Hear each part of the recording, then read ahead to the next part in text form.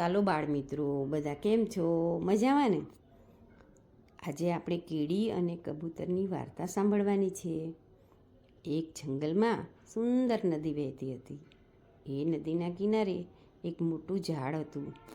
એ ઝાડ ઉપર એક માળો હતો. એ માળામાં એક કબૂતર રહેતું હતું. બાળકો, કબૂતર છે ને ખૂબ શાંત પક્ષી હોય છે. કબૂતરને શાંતિનું પ્રતીક પણ માનવામાં આવે છે. એક દિવસ એ કબૂતર માળા પાસેની ડાળી પર બેઠું હતું. અચાનક તેની નજર નદીના પાણીમાં પડી. ત્યાં તેણે જોયું તો એક કીડી પાણીમાં વહેણમાં તણાતી હતી. તે જોઈ અને તેને દયા આવી ગઈ. તેથી તે કીડીને બચાવવાનું નક્કી કરે છે. તેથી તે ઝાડવાનું પાન તોડી અને ચાંચમાં લઈ અને તે પાંદડાને કીડી પાસે મૂકી દે છે. કીડી તો તે પાંદડા પર ચડી જાય છે. પાંદડું તો તરતું તરતું કિનારે પહોંચી જાય છે અને કીડી પાંદડા પરથી કિનારે ઉતરી જાય છે અને કીડીનો જીવ બચી જાય છે.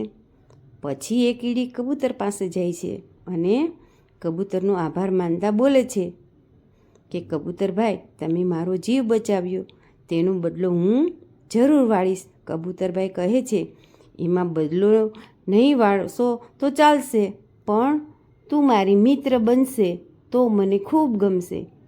કીડી કહે, સારું કબૂતરભાઈ, આજથી આપણે બે પાક્કા ભાઈબંધ. પછી કીડી તો ત્યાં ઝાડની નીચે દર બનાવીને રહેવા માંડી અને રોજ બંને મિત્રો મળે અને વાતો કરતા. આમ તે પાક્કા મિત્રો બની ગયા. એક દિવસ કબૂતર તેના માળામાં નિરાતે બેઠું હતું. ત્યારે એક શિકારી તે ઝાડ પાસે આવી પહોંચે છે અને તે કબૂતરને જોવે છે. કબૂતરને જોઈ અને શિકારી ખૂબ ખુશ થઈ ગયો અને કહેવા લાગ્યો કે આજ તો મને સરસ શિકાર મળી ગયો છે. એવું વિચારતા વિચારતા શિકારી કબૂતર તરફ બાણ ખેંચે છે.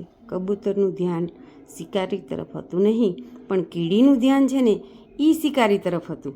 તેથી કીડી તો કબૂતરનું જીવ બચાવવા પોતાના દરમાંથી એકદમ દોડી અને શિકારીના પગ પર ચડી જાય છે અને જોરથી કરડે છે. શિકારી બાણ છોડવાની તૈયારીમાં હતો ને ત્યાં જ કીડીનો ચટકો લાગતા એનું બાણ હાથથી છૂટી જાય છે અને શિકારી બોલી ઉઠે છે, અરે બાપરે, ઓહો, આ શું થઈ ગયું મને? અને આ શું થઈ ગયું? કબૂતરનું ધ્યાન શિકારી તરફ જતાં કબૂતર ત્યાંથી ઉડી જાય છે અને આવી રીતે કીડીએ કબૂતરનો બદલો વાળી દીધો.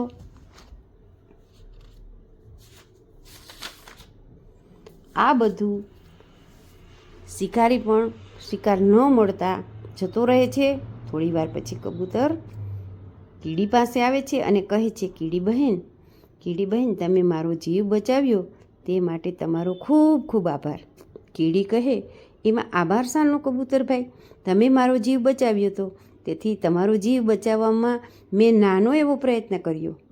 આમ કીડી અને કબૂતર સુખ દુઃખ એકબીજાની મદદ કરતા અને શાંતિથી રહેતા.